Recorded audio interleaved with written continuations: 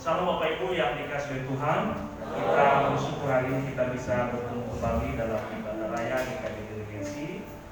Juga selama puji Tuhan sudah Tuhan tolong seminggu dan semua dari dalam perjalanan sampai ke tempat ini dan kita bersukacita semua. Mari kita bangkit berdiri bersama-sama, kita memulai ibadah kita mengambil saat itu segera.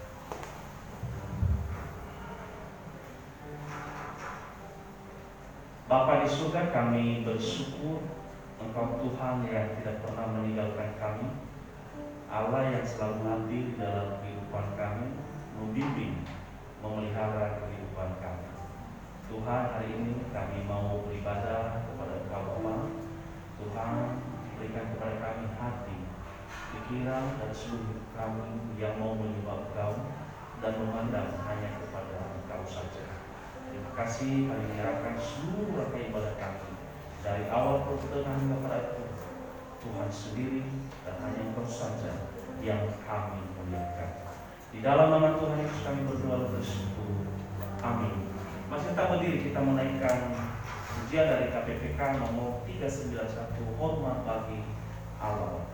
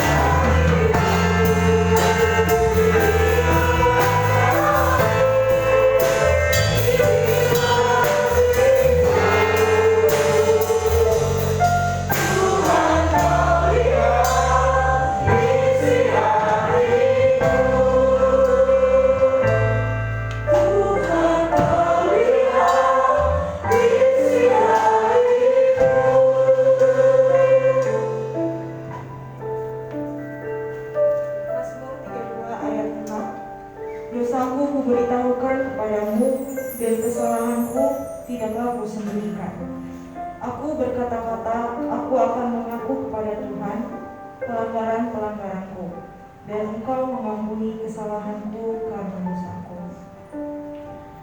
Bapak Ibu, saya mengajak kita semua untuk merenungkan lagu ini, karena hanya Tuhanlah yang dapat melihat isi hati kita.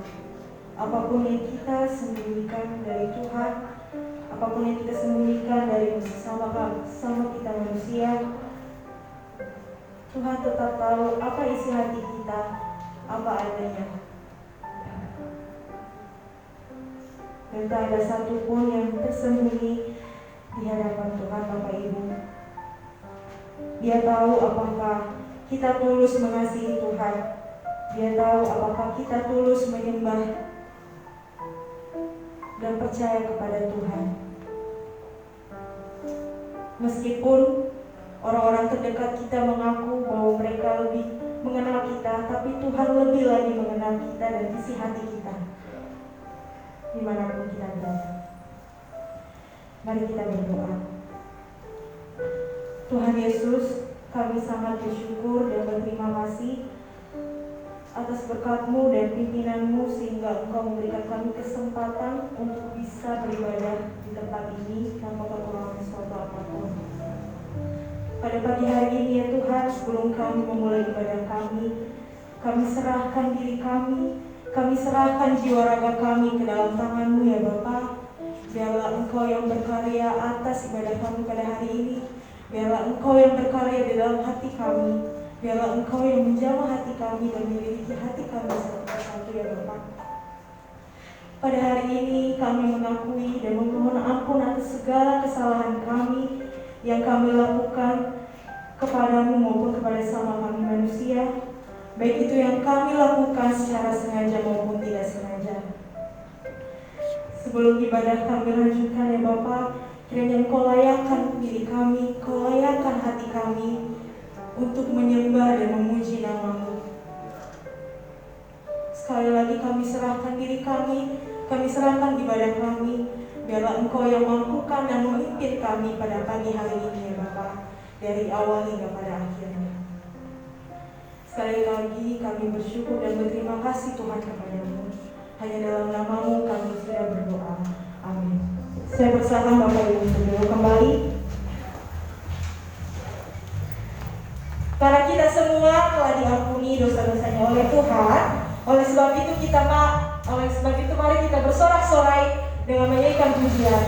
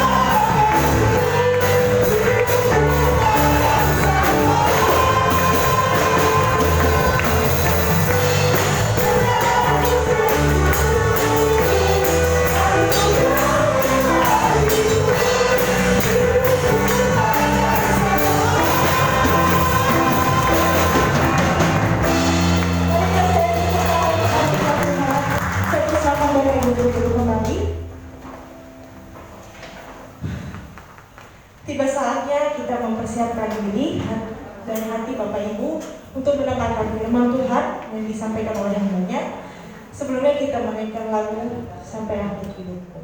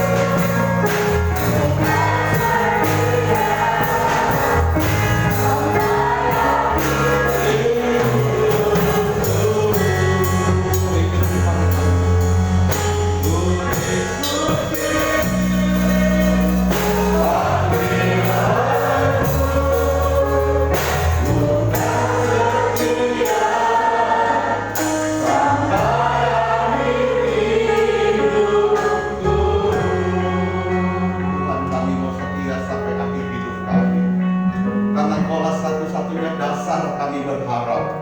Engkaulah satu-satunya kekuatan di dalam kehidupan kami. Kami lemah jika tanpa Tuhan. Engkaulah sumber kekuatan. Engkaulah sumber damai sejahtera. Engkau sumber rezeki. Engkau sumber segalanya. Sumber sukacita, sumber damai sejahtera. Kami tidak mau lari dari Engkau. Kami tidak mau terpisah dari kasih-Mu Tuhan. Anugerah-Mu kami boleh nikmati setiap hari. Kami hidup dalam anugerah demi anugerah. Kami bersyukur Tuhan, kami boleh datang ke hadapan Tuhan kembali saat ini ya Tuhan. Semua bukan karena kuat dan gagah kami, tetapi karena anugerah-Mu yang mendorong kami, membawa kami datang ke rumah-Mu ini untuk beribadah, menyembah Allah yang hidup, menyembah Allah yang benar. Dan kami tahu ya Tuhan, Engkau tersenyum bahagia ketika kami sungguh menyembah Tuhan. Kami sungguh memuji Tuhan. Kami sungguh memberikan persembahan yang terbaik dari hati kami ya Tuhan. Engkaulah yang kami puji. Engkaulah Allah yang kami sembah dan kami muliakan di dalam kehidupan ini. Saat ini Tuhan, kami bawa semua beban pergumulan kami ke dalam tangan Tuhan. Kami letakkan di bawah kaki-Mu Tuhan. Biarlah Engkau tahu isi hati kami satu persatu yang datang ke tempat ini maupun yang ada di rumah masing-masing dalam keadaan lemah dan putus asa. Engkau kuatkan mereka kembali ya Tuhan. Ada pengharapan yang baru. Engkaulah dasar kami berharap. Engkau kekuatan di dalam kehidupan kami. Yang sakit Tuhan sembuhkan. Engkau jamah dengan kuasa-Mu yang ajaib. Yang sedang dalam pergumulan Engkau bukakan jalan yang terbuka. Tidak ada yang mustahil bagi-Mu ya Tuhan, seperti nyanyian yang kami naikkan itu. Engkau memberikan kepada kami kekuatan yang baru dalam menjalani kehidupan ini, sehingga kami keluar sebagai pemenang, bukan pecundang. Tuhan, saat ini kami mau mendengarkan sabda-Mu. Mari kiranya Engkau berbicara kepada kami. Beri kepada kami konsentrasi. Beri kepada hamba-Mu juga ya Tuhan urapan dari surga dalam segala kelemahan dan kekurangannya. Sembunyikan ia di balik sekali Tuhan. Biarlah nama-Mu dimuliakan. Bersabda pada kami siap mendengar. Yang siap mendengar firman Tuhan, mari katakan sama-sama saudara. Amin. Puji Tuhan. Apa kabarnya Bapak Ibu Saudara yang dikasih Tuhan? Luar biasa ya, bukan biasa di luar ya. Iya, biasa di luar. Lagi pandemi gini nggak boleh biasa di luar ya. Harus sering-sering di rumah ya. Karena berbahaya kalau terus-terus di luar ya. Kalau nggak penting banget, jangan keluar. Dan jaga protokol kesehatan juga ya. Saudara-saudara, hari ini saya diminta untuk menyampaikan firman Tuhan dengan tema yaitu integrity living honestly ya. Kalau diterjemahkan dalam bahasa Indonesia, hidup yang jujur ya. Bagaimana hidup kita yang jujur? Saudara-saudara, di dunia ini ada macam-macam istilah julukan kepada seseorang. Kalau orang yang biasa bikin coipan, terus jualan coipan, disebutnya apa? Tukang apa? Tukang coipan. Iya.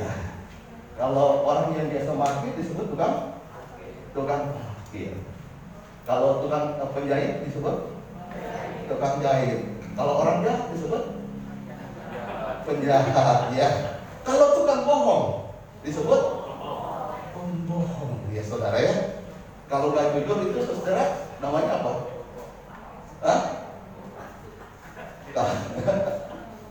Kalau tukang main cewek namanya apa?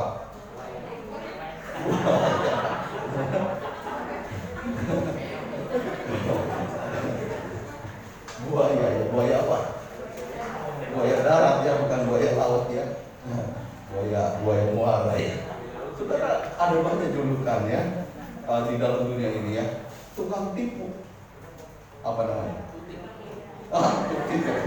Tukang tipu ya, penipu ya. Ya. Nah, saudara yang dikasih Tuhan. Sekarang ini ada banyak tukang tipu, betul? Hah? Betul nggak? Coba lirik kiri kanannya. Pernah ditipu nggak? Pernah ditipu nggak? Apa kamu tukang tipu? Iya. Janji 1000 janji. Waktu masih pacaran, waduh janjinya luar biasa. Nanti kalau kamu menikah dengan saya belikan sepatu dari kaca. Wah. Kayak Cinderella ya, pangeran sama Cinderella. Tas dari kulit rusak. Wah. Naiknya baby band. sudah menikah. Waduh. Iya. Janjinya semua Samsu, alias janji manis nyatanya palsu. Tapi banyak kan cewek juga, gadis-gadis suka digombalin ya. Dikasihnya janji Samsu, begitu dijadiin sepatu dari kaca, tas dari kulit rusa, nanti dikasih baby, wah terbuai-buai. Janjinya saudara terbawa dengan rayuan gombal si cowok hidung belang alias buaya tadi ya. Dia akibatnya terjebak. Ya, sudah menikah bukannya sepatu dari kaca saudara, sepatunya apa? Sandal jepit, tasnya kantong kresek. Janjinya baby band, bukan baby band. Setiap tahun baby melulu, baby lagi nggak ada bandnya. Ya, itu namanya apa tadi? Tuti ya, tukang tipu ya, saudara. Saat ini ya, kalau kita lihat di dunia ini, semakin sulit kita menemukan orang yang jujur. Ya, banyak orang saudaraku yang dikasih Tuhan rela berbohong untuk sekedar status dan story di media sosial. Ya, dalam bisnis pun juga semakin banyak orang yang melakukan metodenya atau penipuan, nipu lewat SMS, nipu lagi saudara lewat media sosial ya. Dan hal ini saudara dianggap wajar di dunia saat ini ya. Hipnotis juga ya. Saya ketemu beberapa saudara yang dihipnotis ya di pasar lari sana saudara ya.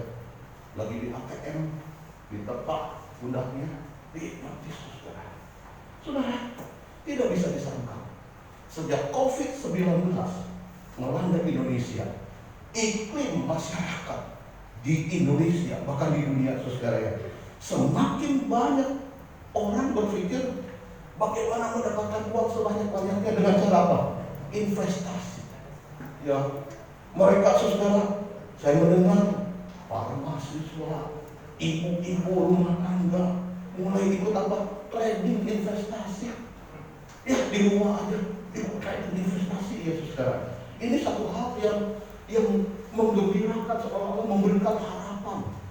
Taruh duit nanti dapat banyak begitu ya. Padahal deposito di bank aja cuma 3%, 4%. Wah, harapannya saudara nanti dapat 30%. Saudara terbuka ya. Memang di satu sisi saudara ya, ini adalah peluang bagi apa? Para penipu untuk apa? Menjerat mangsanya yang ingin cepat kaya. Nggak mau susah, cepat kaya, saudara ya. Konon ceritanya orang-orang yang telah menjadi korban itu begitu banyak. Orang-orang yang melapor ke polisi, saudara, ini menjadi fenomena saat ini, saudara, seperti puncak gunung es. Cuma puncaknya aja, padahal di bawahnya itu begitu dalam, begitu banyak. Tidak tertutupi kemungkinan ada banyak anak-anak Tuhan juga yang tertipu. Ya, dan juga sudah mengalami kerugian yang begitu besar dengan apa? Istilah investasi bodong. Saudara, tujuan utama penipuan ini adalah untuk menjadi kaya dengan cara cepat tanpa harus kerja keras, dengan cara menipu banyak orang. Seperti yang dialami oleh seorang muda ya, belum 25 tahun, wah kaya raya, rumahnya mewah, saudara, dijuluki apa? Crazy Rich, ya. Dia dari Medan, pemuda ini, 25 tahun, saudara ya, udah punya rumah mewah, mobilnya mewah, saudara, jam tangannya mewah. Lalu juga saudara, narasi hidupnya juga menarik. Lahir dari keluarga miskin, umur 16 tahun, mulai cari uang sendiri. Pernah jadi pengamen, penyiar radio, merantau saudara ya ke kota orang yang dengan tidak ada sanak saudara, sampai menjadi CEO ya, dan founder perusahaan digital marketing yang bernama Digital Society Kreatif. Dia juga membuka perusahaan yang bernama saudara kursus trading, punya bisnis kuliner, juga bisnis fashion ya. Di usia begitu muda ini dia menjadi pengusaha yang begitu sukses. Siapa yang tergiur? Drummer kita umur berapa? 25. 26 ya. Ini 25, rumahnya megah, mobilnya mewah, jam tangannya aja bisa 70 juta tuh. Ya, jam tangan saya nggak sampai 200.000 nih, saudara. Tapi saya yang penting kan bisa dilihat jamnya ya, bukan masalah harus mahalnya ya, saudara ya. Saudara, pemuda ini mau pamerkan, ya, kekayaannya itu supaya dilihat orang. Nih kalau mau ingin kaya, lihat, lakukan apa yang saya kerjakan. Dia menjadi YouTuber yang terkenal, ya, karena yang juga diikuti oleh 1,3 juta subscriber di kanalnya ini, saudara. Dia mendorong orang-orang untuk meraih kesuksesan seperti dirinya dengan mengikuti aplikasi Binomo. Saudara, diduga puluhan ribu orang mengikuti anjuran dia. Yang sangat menarik ini, tapi sekarang kita tahu ceritanya. Dia telah ditahan di rutan Bareskrim Polri dengan tuduhan melakukan investasi bodong. Aplikasi Binomo yang dikesankan sebagai aplikasi trading saham atau pasar uang tidak lebih hanya semacam aplikasi gambling yang pesertanya hanya diminta untuk menebak. Saudara suka tebak-tebakan ya? Ya, hanya disuruh menebak. Orang-orang ini, saudara, dalam waktu 5 menit ya, aset itu akan turun atau akan naik. Tapi saudara, semua sudah disetting bahwa yang ikut itu bakalan kalah dengan sistemnya, saudara ya. Tapi orang ingin mungkin pertama dikasih menang dulu ya, kayak judi begitu kan ya. Pertama menang, penasaran, masukkan lagi uang begitu banyak, saudara ya. Akhirnya kalah dan penasaran lagi. Nah, para pemain aplikasi Binomo ini sudah baru sadar ketika melihat grafik di antara mereka berbeda-beda satu dengan yang lain. Diduga, saudara, algoritmenya telah diprogram begitu rupa sehingga para pemainnya akhirnya akan kalah. Semua akan kalah.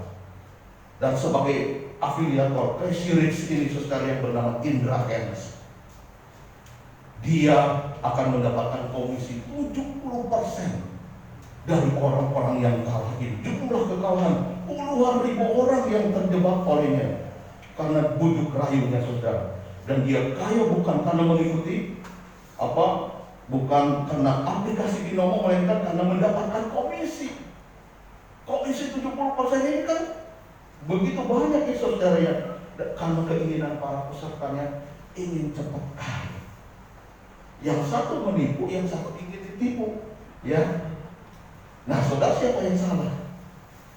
Kayak seorang pemuda yang jadinya di Samsu itu, saudara ya. Tapi yang satu inginnya dirayu gombal gitu ya. Jadi siapa yang salah, saudara? Inilah kehidupannya. Kita ada di dunia, saudara, yang makin hari makin kacau. Bisa dibantuin kok.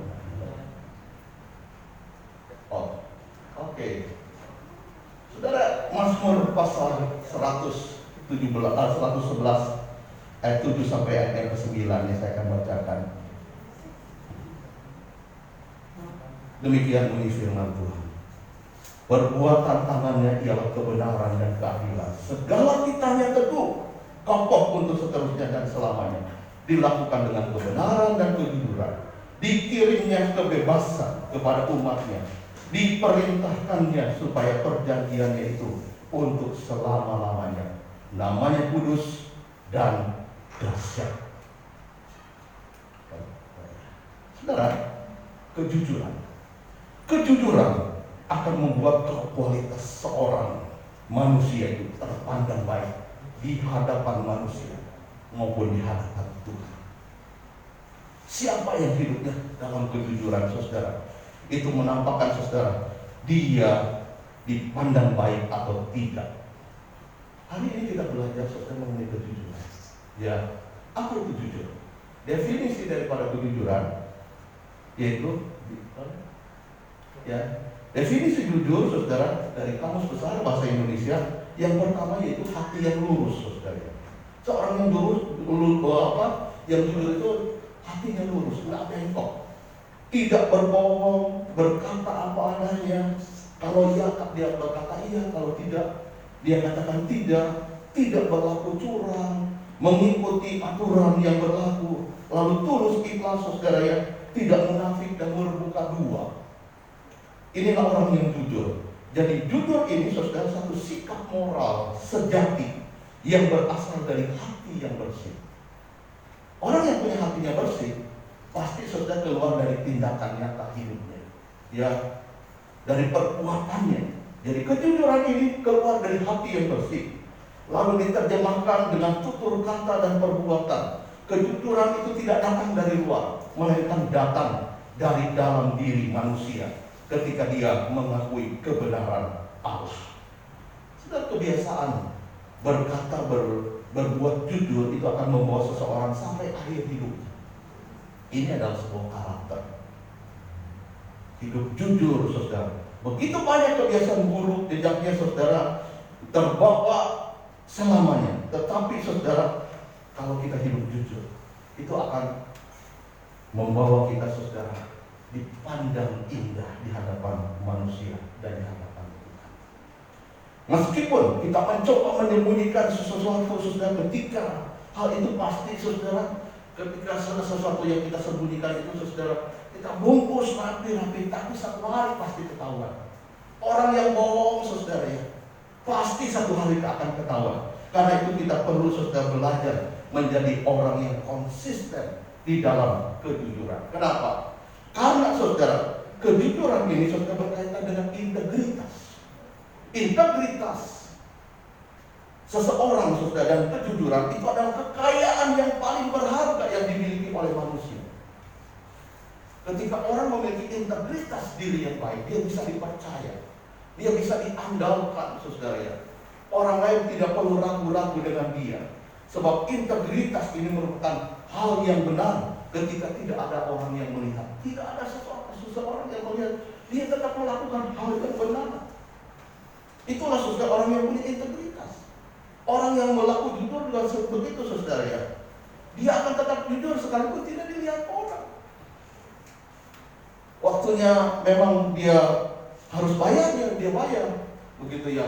Tidak seperti orang yang takut kepada polisi. Kalau ada polisi dia pakai helm, kalau nggak ada polisi dia buka helm misalnya saudara ya. Tapi orang yang jujur saudara, dia punya integritas. Walaupun tidak dilihat orang, tidak ada pengawas, dia tetap akan bekerja dengan baik. Dia tidak akan menyontek, dia tidak akan saudara selingkuh. Itu orang yang punya integritas.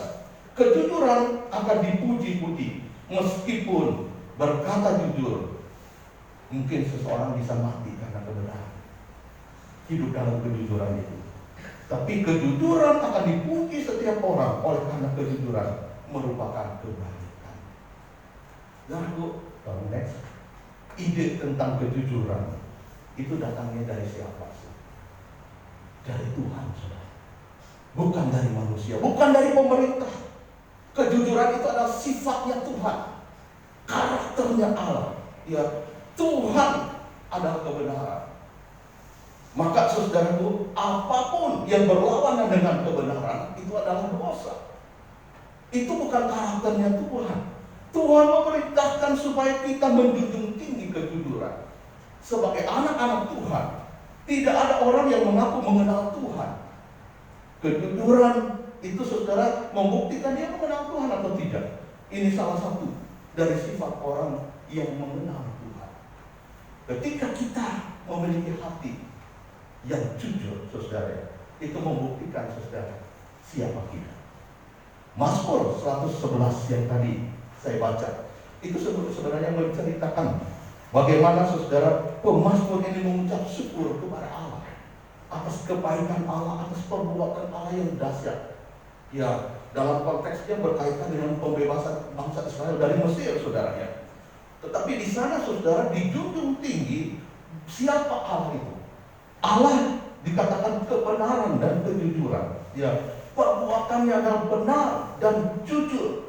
Di ayat 7 sampai ayat yang ke-9 Mazmur 111 ini saudara, kita mendapati pemazmur sangat yakin siapa Allah, dan perbuatannya itu sudah tidak bisa sudah dipungkiri berkaitan dengan siapa dirinya, yaitu Allah yang benar dan adil. sehingga segala titahnya kokoh kekal dan tidak berubah sampai selama-lamanya.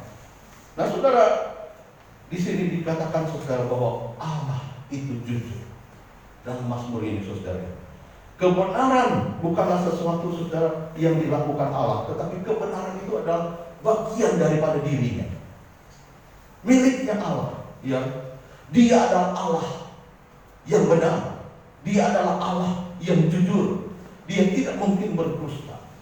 Kalau Tuhan mengucapkan janji saudara, Alkitab menyatakan di dalam Ibrani pasal yang ke-6 ayat yang ke-18 saudara ya, bahwa Allah itu tidak mungkin berdusta. Allah tidak mungkin berdusta. Manusia bisa berdusta. Makanya ada lagunya, kau yang berjanji, kau yang mengingkari, ya. Kau yang memulai, kau yang mengakhiri, kata dia. Loh, saudara, itu manusia, ya. Hari ini berkata A, besok sudah B, ya. Kadang-kadang berubah begitu cepat, tetapi Allah, Dia tetap selama-lamanya dikatakan. Dia tidak mungkin berdusta, karena Allah itu adalah Allah yang benar. Dia, saudaraku yang dikasih Tuhan, jujur. Berdusta merupakan pelanggaran terhadap sifatnya. Kalau Allah berdusta, Dia melanggar sifat Dia sebagai Allah. Allah itu benar. Menipu merupakan perlawanan, pertentangan dengan dirinya Allah. Karena Allah itu benar. Mencuri adalah penghinaan terhadap diri Allah. Menipu adalah penghinaan terhadap diri Allah juga. Demikian juga saudaraku, melupakan sifat Allah yang menetapkan kejujuran sebagai hal yang bermoral, dan ketidakjujuran, penipuan, pencurian itu ditetapkan oleh Allah sebagai suatu kejahatan. Ketika seseorang menipu, itu jahat di hadapan Allah. Sebaliknya, ketika orang jujur dalam kehidupannya, mencerminkan karakter Allah, dan dia memiliki kehendak saudara, supaya kita saudara memiliki karakter Allah itu, seperti yang Tuhan Yesus nyatakan di tengah-tengah dunia ini. Ketika Dia menjelma menjadi manusia, Yesus datang saudara dalam kehidupannya. Dia mengatakan kebenaran. Dia juga saudara berasal dari Allah. Orang yang hidup dalam kebenaran berasal dari Allah. Yesus saudara menyatakan kebenaran, sekalipun semua orang tidak mempercayainya. Di dalam Yohanes pasal yang ke-8 ayat yang ke-45 dikatakan, tetapi karena aku mengatakan kebenaran kepadamu, kamu tidak percaya kepadaku. Karena apa dasarnya, Pak? Manusia suka dengan ketidakbenaran. Di ayat yang lain dikatakan, iblislah bapamu. Orang yang suka menipu, orang yang suka melakukan kejahatan, ya persis seperti bapaknya. Bapaknya penipu, ya anaknya juga penipu. Bapaknya penjahat, anaknya juga penjahat. Kalau bapaknya iblis, tukang tipu, saudara ya, kita juga saudara jadi tukang tipu, berarti kita anaknya iblis, saudara. Karena itu kita harus hidup jujur, saudara. Karena ini mencerminkan kita bukan berasal dari iblis, kita bukan berasal dari kejahatan, tapi saudara kita telah diselamatkan oleh darah Yesus Kristus menjadi anak Allah. Tuhan memerintahkan, melarang orang yang percaya pada Kristus hidup di dalam dusta, mencuri, menipu, saudara. Kita menyatakan, karena itu saudara-saudara, buanglah semuanya itu. Jangan lagi berdusta. Berkatalah yang benar satu dengan yang lain, dikatakan Efesus 4 ayat yang ke-25. Berkata dusta itu adalah kekejian bagi Tuhan, saudara. Ya, kalau kita bohong, ya saudara, banyak orang saudara mungkin udah biasa bohong ya, saudara ya. Dulu saya juga punya jemaat saudara yang suka bohong, saudara ya. Ya, waktu saya masih di Bandung, senang gitu ya, saudara ya. Orang yang bohong satu kali, saudara, dia akan bohong terus menerus. Karena dia akan menutupi satu kebohongan dengan kebohongan yang lainnya. Dan buat orang yang seperti ini, saudara, akan terus terjerumus di dalam kebohongan.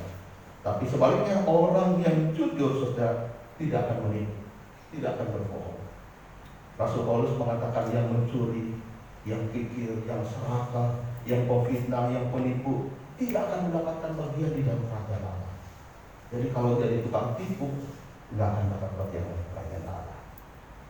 Saudara yang ada di sini, Kita nggak mau dapat bagian dalam kerajaan Allah ya? Hah? Bilang tanya sebelah kiri, mau masuk dalam kerajaan Allah nggak? Coba saudara ya. Ya, kalau mau masuk dalam kerajaan Allah jangan jadi penipu, jangan jadi pembohong saudara. Ya, karena mereka tidak akan mendapat bagian dalam kerajaan Allah, termasuk penyembahan berhala itu saudara. Kejujuran tidak akan mencuri saudara. Kita hidup jujur saudara untuk tujuan memuliakan Allah.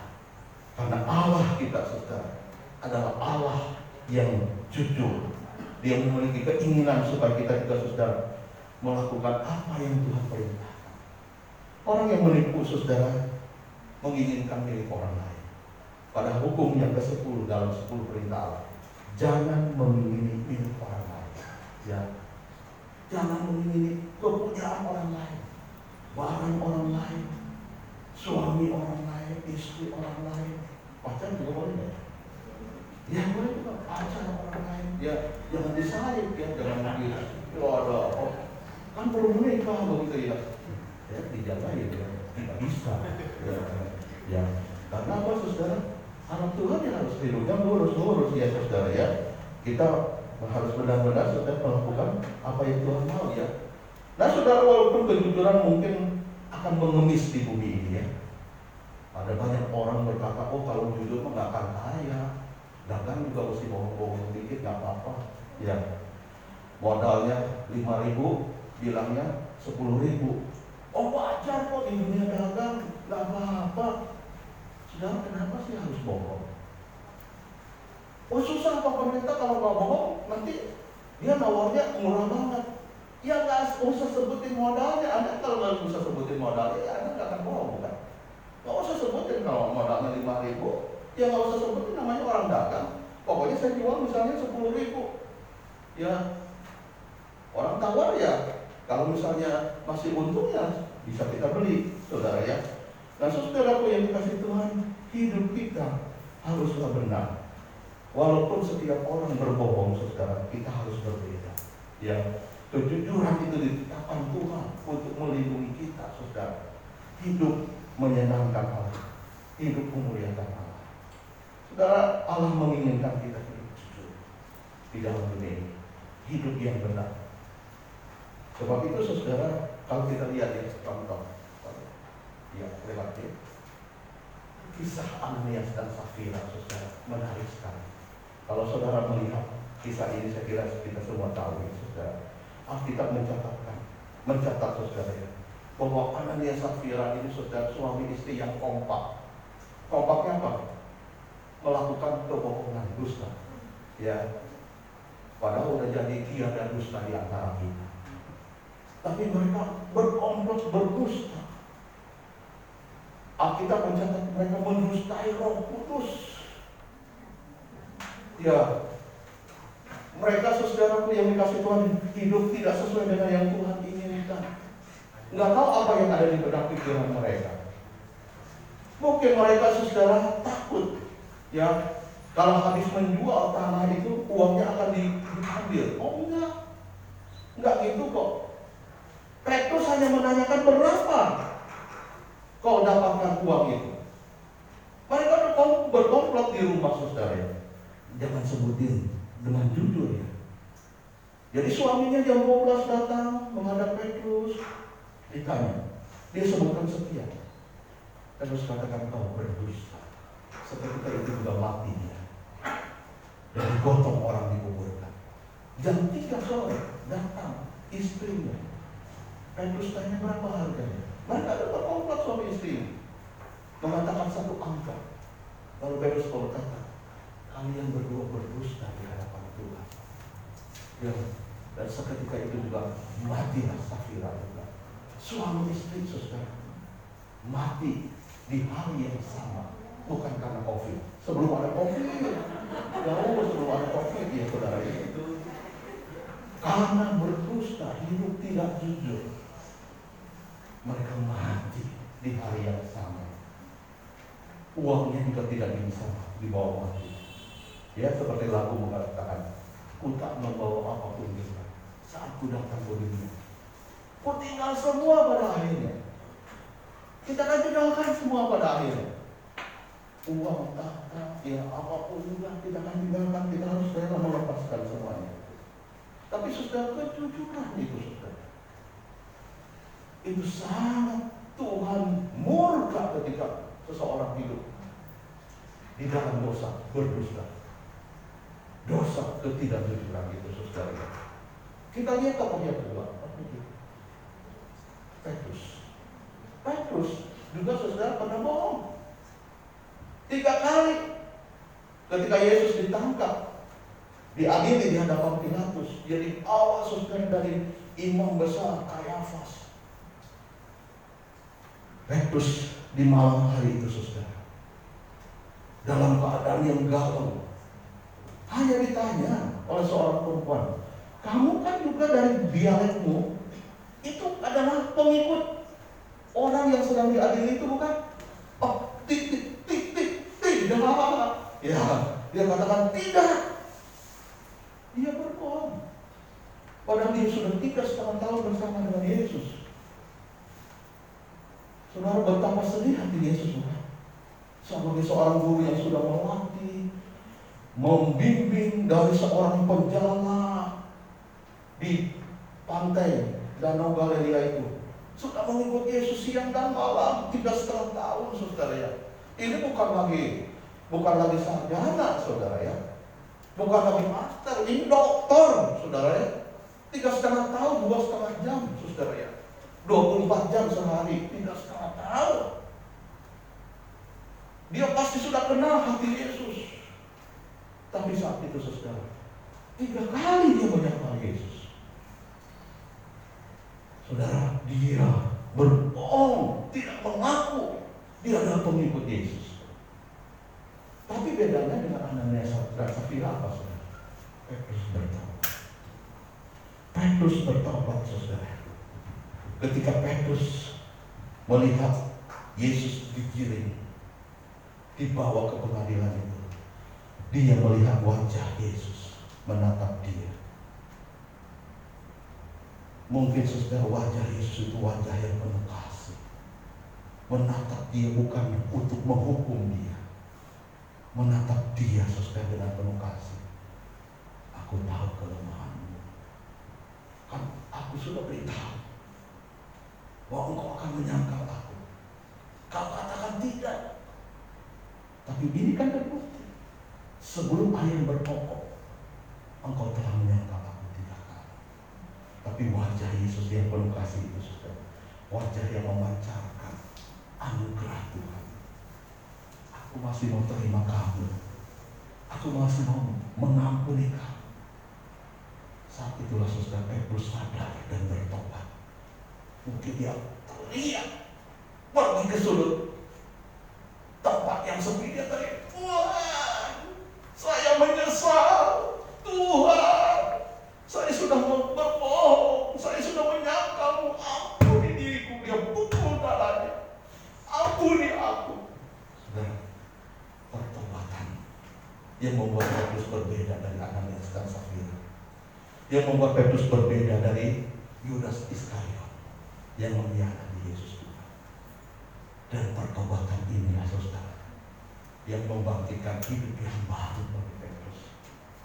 Tuhan menerima kegagalan kita juga saudara. Ketika kita jatuh di dalam dosa, ketika kita berdusta, kalau kau sadar, bertaubat, Tuhan masih menerima. Tuhan tahu kelemahan kita, tapi pandanglah wajahnya yang penuh kasih itu. Dia ingin supaya kita hidup memuliakan Tuhan, memancarkan kasih-Nya, memancarkan anugerah-Nya sebagai anak-anak Tuhan, hidup di dalam kebenaran, hidup di dalam kejujuran. Ada beberapa ayat saudara dari Amsal boleh kita lihat. Amsal pasal yang ke-23 ayat yang ke-16 berkata, jiwaku bersukaria kalau bibirmu mengatakan yang jujur. Saudara, ketika kita hidup jujur, bibir kita berkata jujur, kita akan bersukaria. Bukan cuma orang lain, tapi diri kita juga bersukaria, saudara. Amsal 11 ayat 11, berkat orang jujur memperkembangkan kota, dikatakan, tetapi mulut orang fasik meruntuhkannya. Orang jujur saudara akan berkembang mengembangkan kota dikatakan. Tapi orang fasik akan meruntuhkannya. Apa yang kita bangun akan runtuh karena apa saudara? Nilai satu titik. Para pengusaha, ketika orang mempercayakan, orang usaha, orang dagang itu sudah modalnya kepercayaan. Tapi ketika kepercayaan itu sudah dirusak oleh nilai satu titik, maka orang nggak percaya lagi. Orang tidak percaya lagi, runtuhlah bisnisnya, runtuhlah masa depannya. Saudara, ketika kita menodai kebenaran dengan melakukan kebohongan, ketidakjujuran, Amsal 13 ayat yang ketiga berkata, orang jujur dipimpin oleh ketulusan, tetapi pengkhianat dirusak oleh kecurangan. Saudara, 280 tahun yang lalu hidup George Washington, saudara, seorang anak kecil yang dibesarkan di dalam sebuah keluarga di sebuah peternakan. Ayahnya memiliki saudara sebuah kebun buah-buahan. George Washington, saudara, satu kali dia diberikan oleh ayahnya sebuah hadiah. Ketika sang ayah menanam pohon ceri dan mengatakan pada semua orang untuk hati-hati, jangan mengganggu ya sementara pohon ini tumbuh. Si anak kecil ini saudara mendapatkan sebuah kapak yang baru. Dia saudara dengan antusias menerima hadiah itu. Di peternakan ini, di kebun ini saudara, dia ingin mencoba kapak yang baru itu. Dia mulai memotong dan memotong. Apa saja yang dia lihat saudara, dia potong dengan gembiranya. Termasuk saudara pohon ceri yang ditanam oleh bapaknya, oleh ayahnya. Tanpa dia menyadari, dia sudah melakukan kesalahan. Dia potong dan dia potong. Gak lama kemudian ayahnya saudara menemukan pohon cerinya itu telah ditebang dan dia sangat marah. Dia mencari tahu saudara siapa yang telah melakukannya. Tapi saudara tidak ada yang tahu siapa yang melakukannya. Akhirnya saudara dia bertanya kepada anaknya ini, George, siapa yang tebang pohon ceri papa? Saudara, si anak yang kecil ini gemetar dalam ketakutan. Tapi dia memutuskan tidak berbohong. Dia berkata sudah dengan mengumpulkan keberanian dan dia berkata, saya melakukannya dengan kapak yang papa berikan kepada saya. Saudara, papanya bertanya, mengapa kau memotong pohon itu? Padahal saya sudah mengatakan hati-hati dengan pohon ceri itu. Saya bermain dengan kapak yang baru, papa. Saya tidak berpikir, dikatakan. Saya sangat menyesal, papa. Setelah itu, saya akan selalu berpikir sebelum bertindak. Ini kejadian yang membuat saya betul-betul menyesal, papa. Karena saya melakukan satu tindakan yang tanpa aku pikirkan. Mulai hari ini, saya akan berpikir dulu sebelum saya bertindak. Meskipun saudara sang ayah ini menyesal atas kehilangan pohon ceri ini, tetapi sebagai seorang ayah yang baik, dia lebih senang saudara ya, cukup keberanian dan tanggung jawab dari si anak ini yang berani berkata, aku yang memotongnya, yang tidak berbohong. Lalu si ayah ini berkata, saya senang kau mengatakan yang sebenarnya. Kebenaran adalah kualitas hidup seseorang, saudara. Dipandang baik oleh Allah. Kau harus selalu berlatih, dia katakan pada anaknya ini. Si anak tidak pernah melupakan kata-kata ayahnya. Kau harus berlatih, berpikir sebelum bertindak, berkata yang jujur. Nah, si anak ini sudah tumbuh menjadi besar, menjadi seorang yang berintegritas. Dan akhirnya kita tahu dia menjadi bapak pendiri Amerika Serikat, sebuah negara yang besar, saudara. Dia juga menjadi presiden pertama Amerika, seorang yang mau hidup dalam integritas dan kejujuran. Padahal memang nampaknya sepele ya, bohong nggak apa-apa, sepele juga. Tapi ingat saudara, bahaya dari hal yang sepele itu. Orang jatuh saudara biasanya bukan karena batu yang besar, tapi sebuah kerikil yang kecil yang nggak kelihatan membuat kita tersandung dan jatuh. Saudara, ada seorang bos juga dari Hong Kong namanya Sony. Sony ini saudara dia berkata, waktu bos saya tahu kalau saya menolak suap dari calon pembeli saya, dia bilang, Allahmu buat kamu jadi orang yang bisa dipercaya. Saya senang sekali kamu bekerja di perusahaan ini karena kejujuranmu dalam segala hal. Saya jadi punya hati nurani yang bersih di hadapan Tuhan. Saya juga bisa membantu keluarga saya dan orang lain untuk menjadi orang yang jujur. Dan orang yang jujur, hatinya tenang. Dia tidak rasa saudara dikejar-kejar oleh dosa. Hati yang jujur membuat seseorang saudara pasti akan lebih dekat lagi kepada Tuhan. Mari renungkan saudara, bagaimana kehidupan kita. Saudara, tidak ada yang lebih penting daripada melakukan kebenaran dalam hidup ini. Melakukan kejujuran saudara dalam hidup ini, karena kebenaran itu saudara yang akan memerdekakan kita dari jerat iblis, dari dosa. Kalau kita orang yang jujur, kita dapat dengan bebas pergi kemana saja tanpa takut tergelincir. Seorang pernah berkata, saudara, jika kamu tidak mau tergelincir hari esokmu, berbicara jujur hari ini. Artinya apa? Kalau kita terbiasa berkata benar, saudara, dan berbicara jujur, kita tidak perlu takut kehidupan ini, saudara. Karena semua orang akan percaya masa depan kita, saudara. Nggak usah khawatir kalau kita hidup dalam kebenaran. Sebab kejujuran itu, saudara, hati kita yang benar itu akan menjaga kehidupan kita. Ketika kita melakukan apa yang baik di hadapan Tuhan, Tuhan pun juga memberkati kita. Nggak perlu saudara kita berbohong demi keuntungan sesaat dan merugikan orang lain, bahkan juga merugikan masa depan kita sendiri, saudara. Melakukan hal yang salah pada saat yang sama dengan saudara menutup langkah kita pada hari yang akan datang saat kita melakukan ketidakjujuran. Mari belajar untuk melakukan semua hal dengan jujur, saudara, dalam hidup ini. Berserulah kepada Yesus, Sang kebenaran, untuk menyatakan kebenaran bagi kita. Ada ayat terakhir yang saya mau bacakan, saudara. Yesaya 33 ayat 15 dan 16 mengatakan, orang yang hidup dalam kebenaran, yang berbicara dengan jujur, yang menolak untung hasil pemerasan, yang mengebaskan tangannya supaya jangan menerima suap, dialah seperti orang yang tinggal aman di tempat-tempat tinggi. Bentengnya ialah kubu di atas bukit batu. Rotinya disediakan, air minumnya terjamin. Orang yang jujur, saudara, akan menempati tempat yang aman dikatakan. Tempat tinggal yang di tempat-tempat yang tinggi. Artinya, saudara, hidupnya, saudara, Tuhan angkat terus. Ada benteng kubu di atas bukit batu. Rotinya disediakan dikatakan, air minumnya terjamin. Artinya Tuhan melihat ada berkat, ada perlindungan dan sejahtera Tuhan. Selain terakhir, orang yang hebat adalah orang yang berani jujur. Berani jujur hebat. Bilang sebelah kiri dan kanan, berani jujur dong, supaya kau hebat, ya.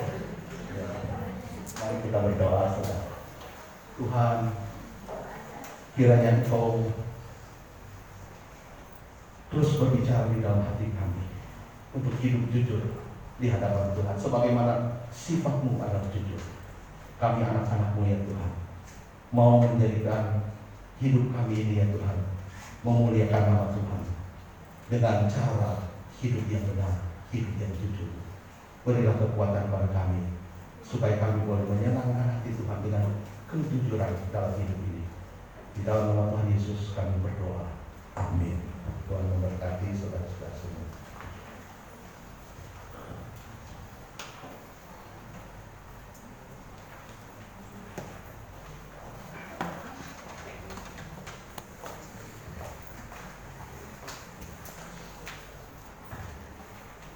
Kita telah mendengarkan firman Tuhan. Kiranya firman Tuhan yang kita dengarkan dapat bermanfaat dan dapat diterapkan dalam kehidupan kita hari ini. Saatnya kita melanjutkan ibadah kita. Sebelumnya saya undang jemaat Bapak Ibu bangkit berdiri. Kita mengikrarkan pengakuan iman rasuli. Pengakuan iman rasuli.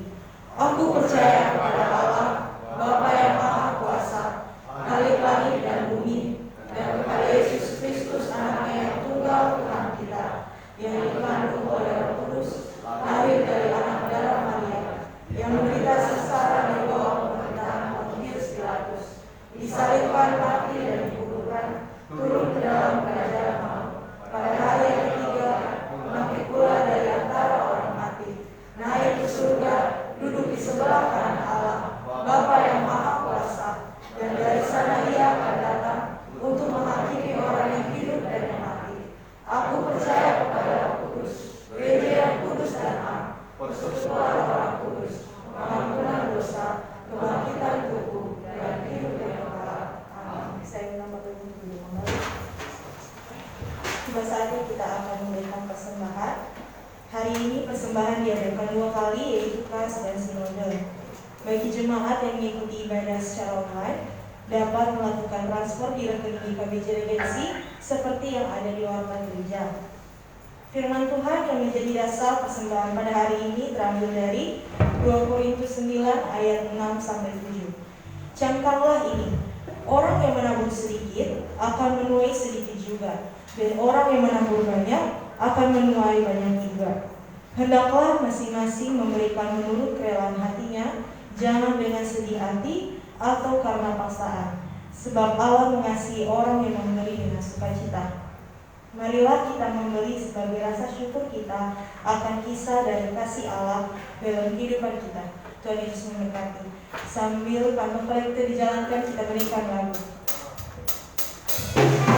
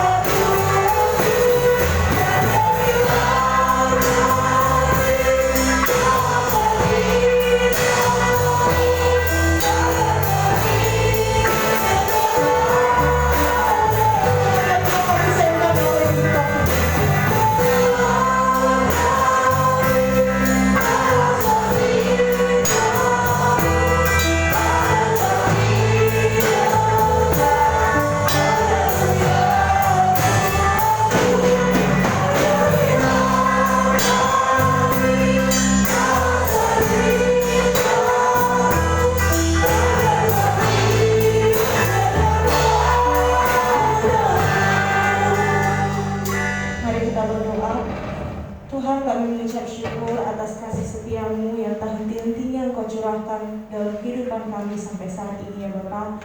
Ya Tuhan, pada hari ini kami bersyukur Kau telah memberikan kami kesempatan untuk bisa beribadah bersama-sama dan juga bisa mendengarkan firman Tuhan yang telah disampaikan oleh hamba-Nya.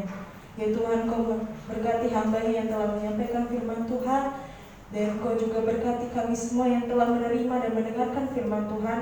Biarlah firman Tuhan yang kami telah dengar bisa kami lakukan dan kami terapkan dalam kehidupan kami hari lepas hari. Ya Tuhan, pada hari ini kami telah memberikan persembahan ya Bapa. Kiranya Kau berkati para jemaat-Mu yang telah memberi maupun yang belum memberi. Kiranya persembahan pada hari ini dapat berguna bagi gereja-Mu ya Bapa, dan juga harum dalam sesuai kehendak-Mu. Ya Tuhan, terima kasih ya Bapa, kami serahkan kehidupan kami ke dalam tangan-Mu pada hari ini. Dalam nama Tuhan Yesus kami sudah berdoa. Amin. Bapak Ibu masih tetap berdiri, kita akan mengakhiri kebaktian kita. Kita menaikkan dosogi dan nanti musewihu yang pimpin kita dalam doa berkat. Puji Allah Bapa Tuhan.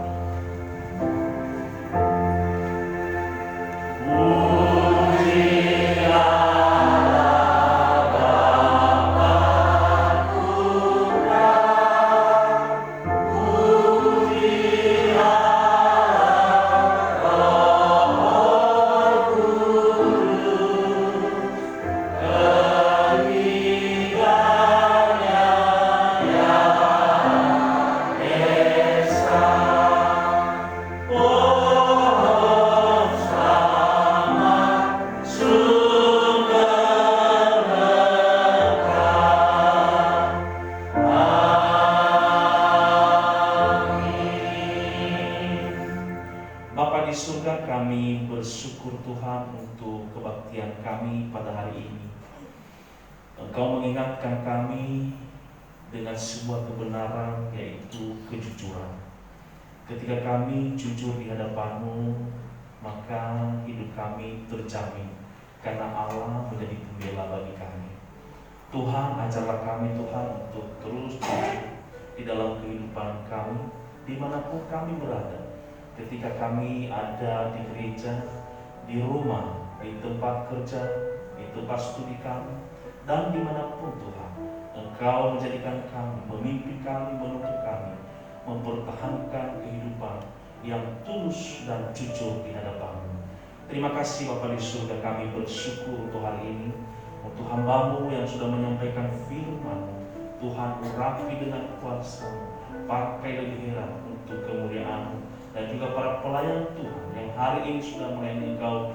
Tuhan juga memberkati mereka, dan secara khusus untuk seluruh jemaat yang sudah bersama-sama dengan kami, baik secara offsite maupun online, Tuhan juga memberkati mereka. Tuhan, selama 1 minggu ke depan, kami menyerahkan seluruh kehidupan kami ke dalam tangan-Mu. Engkau memberkati setiap kami, memberkati jemaat-Mu dalam segala pekerjaan mereka, memberkati mereka dalam segala usaha mereka, dan memberkati juga Tuhan mereka dalam studi mereka. Terlebih Engkau memberikan kepada mereka kebahagiaan di dalam rumah tangga mereka. Khususnya juga Tuhan, kami berdoa untuk rencana renovasi gereja-Mu di tempat ini. Kami terus mendoakan Tuhan yang sudah memulai gereja-Mu ini, dan Tuhan yang terus memberikan pertumbuhan, dan Tuhan juga yang terus mencukupkan. Kami percaya waktunya Tuhan itu yang terindah, dan suatu saat kami terkejut dan heran dan kagum karena Allah menyediakan apa yang kami butuhkan. Terima kasih Bapa, jikalau sementara kami berpisah satu dengan yang lain, kami rindu anugerah-Mu melimpah dalam kehidupan kami. Inilah doa kami yang jauh dari sempurna. Kami alaskan di dalam nama Tuhan kami Yesus Kristus yang sudah mengajarkan kami berdoa. Bapa kami yang di surga, dikuduskan nama-Mu, datanglah kerajaan-Mu, jadilah kehendak-Mu di bumi seperti di surga. Berikanlah kami pada hari ini makan kami yang secukupnya, dan ampunilah kami atas kesalahan kami, seperti kami juga mengampuni orang yang bersalah kepada kami. Dan jangan membawa kami ke dalam pencobaan, tetapi lepaskanlah kami daripada jahat, karena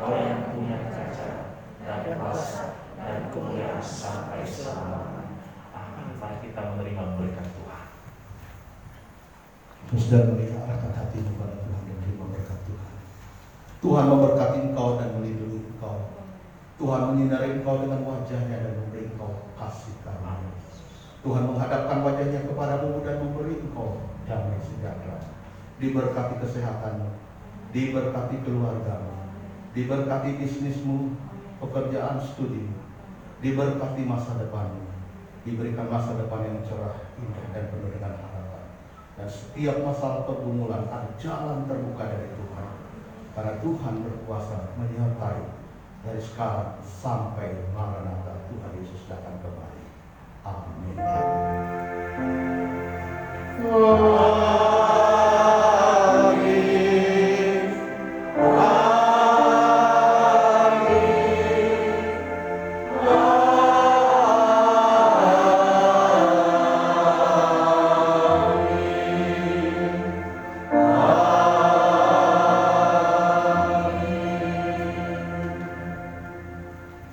Silakan duduk kembali Bapak Ibu yang dikasihi Tuhan. Nah Bapak Ibu, saya percaya hari ini kita diberkati oleh Tuhan, amin. Kalau diberkati oleh Tuhan, bilang sebelah kiri sebelah kanan, jangan jadi tuti ya.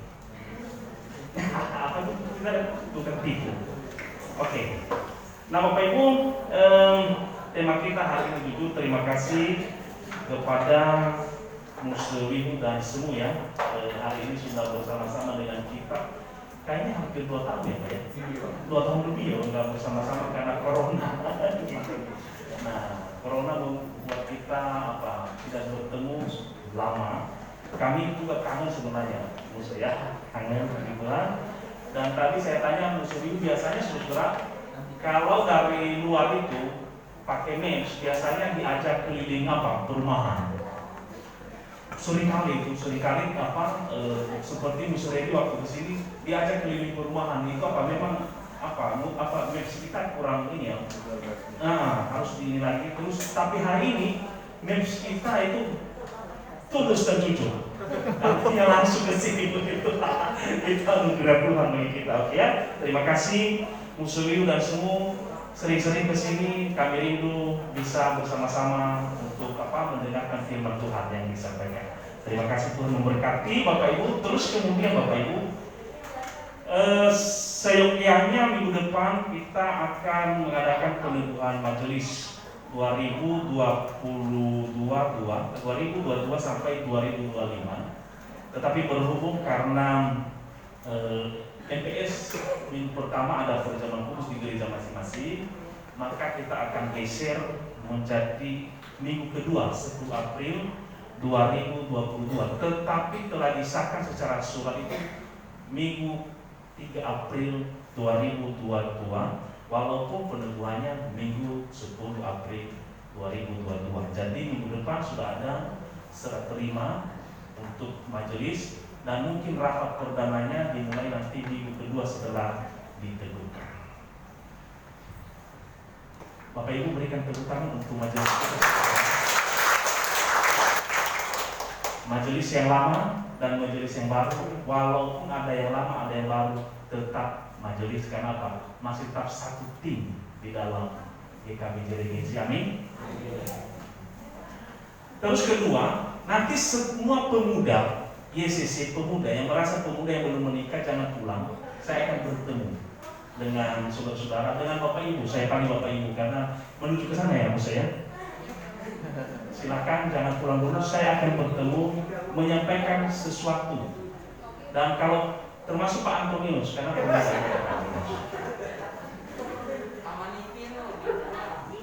terus saudara, nah ini kota PPG kita, puji Tuhan, PPG itu sekarang sudah terkumpul 15.955.000. Sudah tepuk tangan dong. Jadi saya percaya dan yakin minggu depan sudah 16 juta lebih. Karena hari ini sudah 15.900. Minggu depan pasti itu. Pasti ya. Jadi Bapak Ibu nanti keluar siapkan uang 5.000, 50.000, 1 juta, 1 M gak apa-apa. Masuk di situ ya. Nah terus kemudian ini berita gembira bagi kita saudara. Berkaitan dengan semakin membaiknya situasi pandemi di Indonesia, Dan juga nanti akan mulai April ini sudah ada pembebasan ya, ada kita udah mulai bebas lah. Makanya di tempat duduk kita sekarang udah bertiga. Yang bertiga bilang sebelah kiri sebelah kanan, wow Pak, itu sudah bebas. Nah udah bebas ya. Dulu kan dua itu kita mulai ini. Maka Bapak Ibu sekarang tidak dibatasi lagi, Bapak Ibu boleh datang. Tetapi yang sakit jangan datang. Yang demam. Yang flu jangan datang gitu ya. Ya nanti itu menimbulkan masalah bagi Bapak Ibu dan bagi orang lain. Ya, silakan istirahat di rumah, dan kalau ingin doakan hubungi saja Ibu Bocah siap untuk mendatangi. Ya.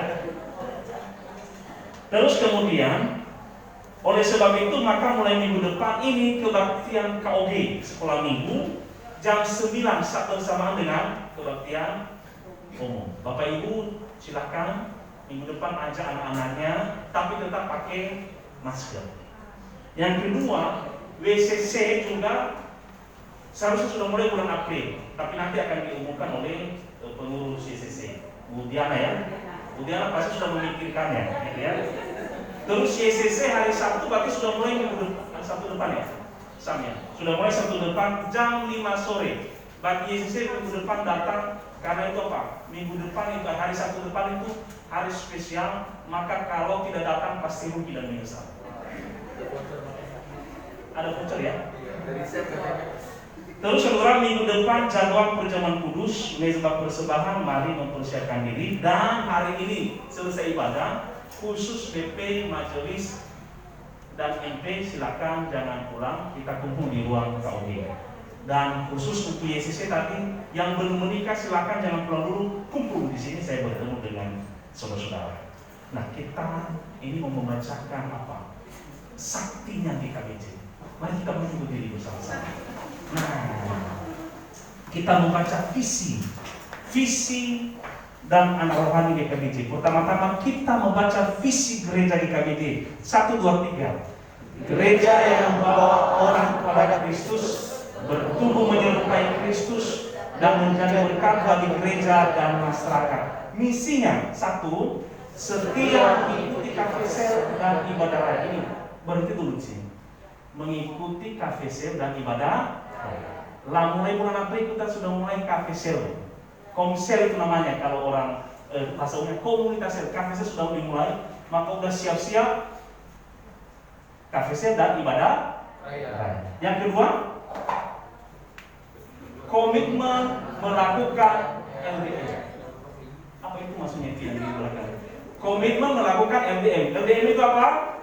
Lexio Divina, dari eksamen dan mezbah keluarga. Silakan duduk kembali. Bapak Ibu, mezbah keluarga kami sudah beberapa keluarga melakukan mezbah keluarga. Ya saudara, memang ada beberapa orang yang agak sesak sendiri karena kemalaman. Tetapi kami percaya akan terus melakukannya, datang ke rumah Bapak dan Ibu tanpa pemberitahuan. Bilang sebelah kiri sebelah kanan, dia datang seperti seorang pencuri. Oke, terima kasih. Tidak ada jemaat baru, semua jemaat yang setia. Maka saya tidak menyambung selamat datang kepada jemaat baru. Tetapi satu hal yang mau saya kasih kepada Bapak Ibu, terus akan dukung pembangunan gereja kita. Mari kita bangkit berdiri bersama-sama, kita menaikkan pujian dalam Yesus kita bersaudara. Saya undang Miki untuk maju ke depan dalam Yesus kita bersaudara. Haleluya, pakai gitar aja dulu. Dalam Yesus kita bersaudara sambil salaman, jangan keluar sebelum memberikan salam satu orang, minimal 10 orang. Itu jujur. Kalau satu orang kurang 10 orang, berarti tidak cukup. Dalam Yesus kita bersaudara 10 orang.